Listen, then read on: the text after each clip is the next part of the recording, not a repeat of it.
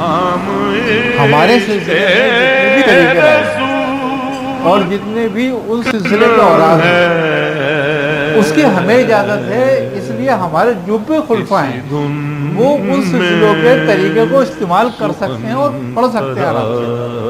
قرآن میں فرمایا نا کہ جو کچھ میرا ہے وہ میرے تمام خلفاء کا ہے۔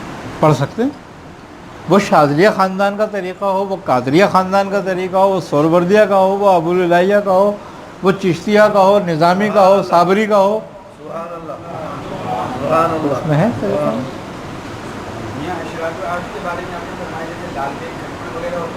ارے یہ سب کو باندھ دیتی ہے، میں وہی کہہ رہا ہوں تم سے، میں یہ تو آصف کے لیے، لیکن یہ جو باندھے جاتے ہیں یہ وقتی طور پہ باندھے جاتے ہیں۔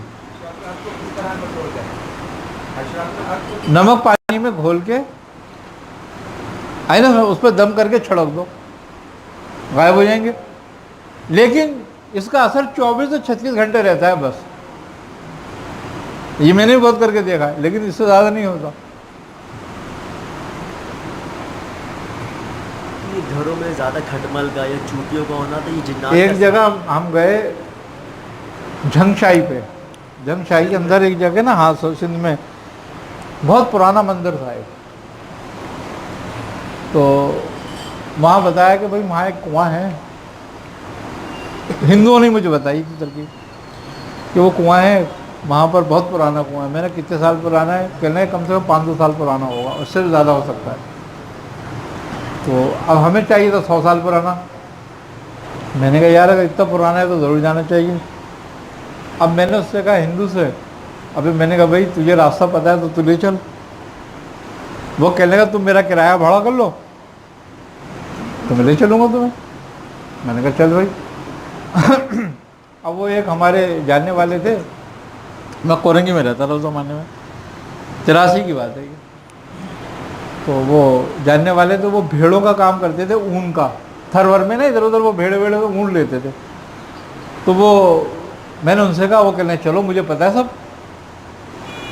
تو میں نے کہا یار کہ ایسا نہ ہو تم بھٹکا دو اس کو، ساتھ لے لیتے ہیں ہندو کو، یہ پتہ ہے اس کو۔ انہوں نے کہا ٹھیک ہے لے لو اس کو بھی۔ تو ان کے پاس جیپ تھی اپنی، انہوں نے کہا میرے پاس جیپ ہے، ہم چلتے ہیں تو وہاں سے حیدرآباد سے جیپ لے لیں گے۔ میں نے کہا چلو، ہم چلے گئے وہاں پر۔ اب جب وہاں پہنچے تو واقعی وہ بہت پرانا، میں نے دیکھا، میں نے کہا ہاں یار یہ تو بڑا، اور کنواں بھی وہ بہت بڑے حلقے میں کنواں، کافی بڑا اس کا وہ۔ میں نے کہا یار یہ تو واقعی بہت پرانا ہے یہ تو۔ تو مجھ سے کہنے کہ تم اس میں جاؤ گے کیا؟ ارے میں نے کہا اس میں کون جائے گا، مجھے تو کنویں میں منڈیر پہ بیٹھنا تھا خالی۔ تو کہنے دیکھ لو منڈیرے کی کیسی ہیں۔ میں نے دیکھی منڈیرے، تو میں نے کہا صحیح ہے۔ میں نے کہا یار ایک کام کرو، کہنے کیا، میں نے کہا کوئی ایسا بندوبست ہو سکتا ہے اس پہ ہم کوئی وہ ڈال دیں لکڑی وکڑی؟ کہنے کا ابھی تو کرتے ہیں بندوبست، تمہیں جب تک منڈیر کا کام ہے تم وہ کرو، پھر کچھ کرتے ہیں اس کے لیے۔ تو وہ ہندو آ گئے، وہ بانس کی سیڑھی لے آئے، انہوں نے کہا بانس کی سیڑھی ہمارے پاس ہے، تم کہو تو ہم 2 سیڑھیاں ڈال دیتے ہیں اس پہ۔ میں نے کہا یار یہ بھی صحیح ہے۔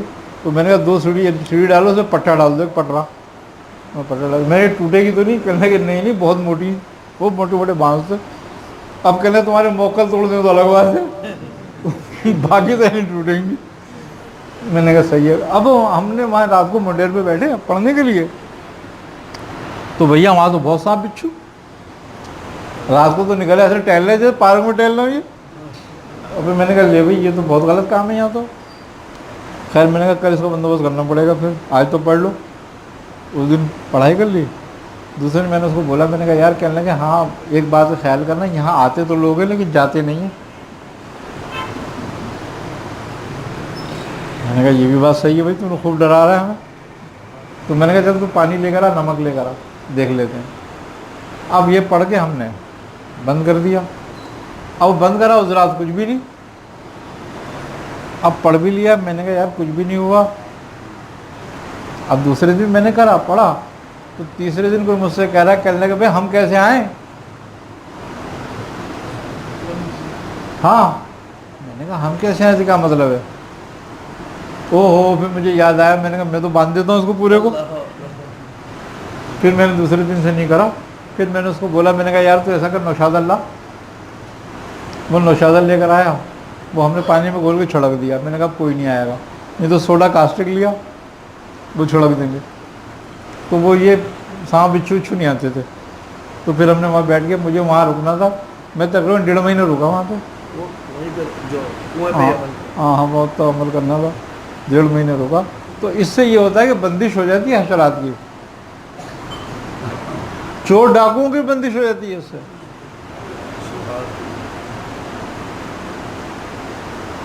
یہ عمل لیکن بعد میں بتاؤں گا میں, چور ڈاکوؤں سے بندش کی. ہاں میں نے اس کا تجربہ کر کے دیکھا ہے. ایک لکڑی پہ پڑا جاتا ہے یہ, اور گھر میں لکڑی رکھ دو آپ, چور آپ کے گھر سے سامان اٹھا کے چلے گا, اندھا ہو جائے گا. جب تک سامان رکھ کے نہیں جائے گا نہیں جا سکتا. اور اگر گھر میں چوری ہوتی ہے نا, اس کو رکھ دو وہاں پہ, تو چور اندھا ہو جائے گا. پوری سورۃ الطارق کی کیا برکات؟ پوری سورۃ طارق جنات, آصف, بھوت پریت, جادو ٹونا. بزرگ کہتے ہیں کہ جو اس کا عامل ہو اس سورت کا, اس کو جن جنات بھوت پریت کے لیے کسی دوسرے عمل کی ضرورت نہیں ہوتی, اور کوئی مخلوق ان شیطانی مخلوق میں اس سے کے ساتھ سرکشی نہیں کر سکتی. کسی کا مال چوری ہو جائے, جیسی خبر ملے نا تمہیں, تم اس سورت کو پڑھ دو, اس کا عامل پڑھ دے, اس وقت مال مل جائے گا.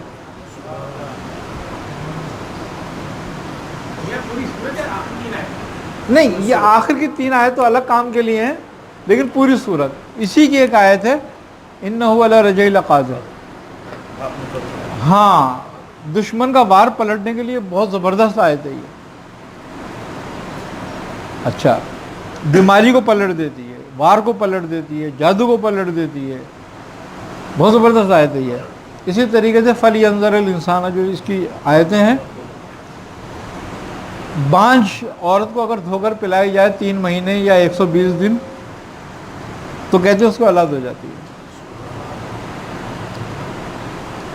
بہت زبردست آیتیں ہیں اس کی. اسی طریقے سے جس کا حمل گر جاتا ہو بار بار, فَلْيَنْظُرِ الْإِنسَانُ مِمَّا خُلِقَ, رجعہ لقادر تک. ہاں, تو اس کے علاوہ جس عورت کا حمل گر جاتا ہو, اس کے لکھ کے نہیں آئے تھے پیٹ پہ بندھوا دو, حمل محفوظ ہو جائے گا. اچھا, اسی طریقے سے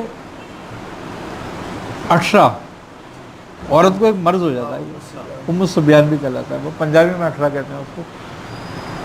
ان آیتوں کو اجوائن اور کالی مرچ پہ دم کر کے اگر اس کو کھلائی جائے, چٹکی چٹکی اجوائن اور یہ 2-3 کالی مرچیں, تو مستقل مرض ختم ہو جاتا ہے اس کا.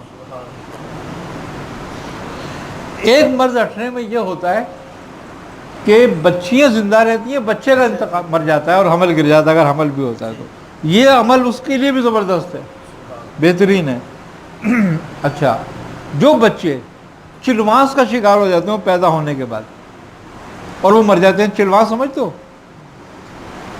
چلواس ایک مرض ہے روحانی, اور یہ ایسا مرض ہے کہ بچہ چیل کی طرح روتا ہے.